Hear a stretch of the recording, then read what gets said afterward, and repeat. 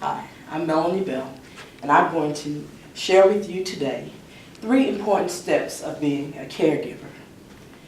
Being a caregiver, step 1 is being a caregiver to a loved one. 2, how to get services for them. And 3, how to take care of yourself. Webster states that a caregiver is a person who gives direct care, as for children, elderly, or the chronically ill. The first known use of the word caregiver was in 1966, but I know that each of us here today give care to those who are around us. My specific role as caregiver came in 2001, when my mother suffered a debilitating stroke. Her way of life changed overnight, as well as our family. Can you prepare to be a caregiver? I say yes. One way I chose to do so was to save my sick time and my vacation time. I knew that my parents were older and would require at some point my help, and that did come to pass. There's also the Family Medical Leave Act, which provides you with 12 weeks of unpaid use per year. Once your loved one has an incident, be educated.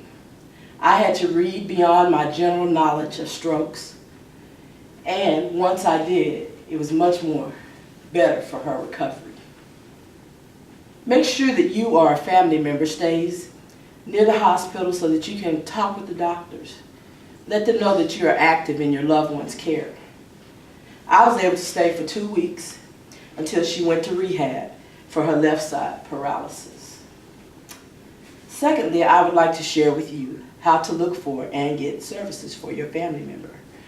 While you're at the hospital, be sure to take time to visit with the social worker who can give you contacts and information about services that your loved one may need when they return home.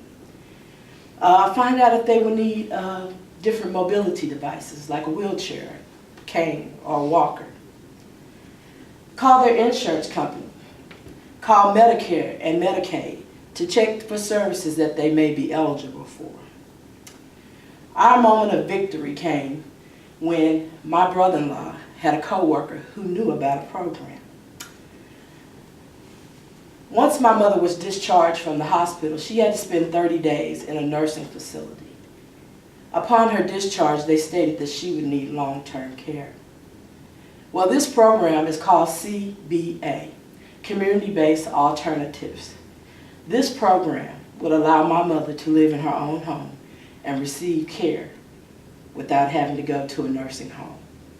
The type of care they provided was service management, nursing care, speech and physical therapy. We also found Meals on Wheels.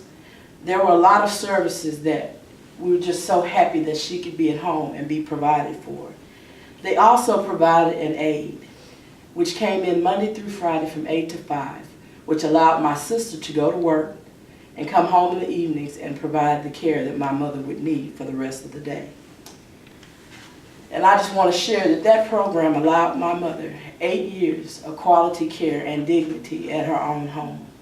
And I was able to come home every other weekend for 8 years and spend time with her and give my sister a break. In conclusion, there are a few do's you should do. Give yourself a break. Take a moment to do something you enjoy. Know when to ask for help and be willing to accept it from others. If you start to feel overwhelmed or stressed out, you may be becoming depressed. You might need to seek professional help. Deal with your guilt over the situation that has occurred to your loved one and yourself. It will go a long way in recovery when you're no longer a caregiver.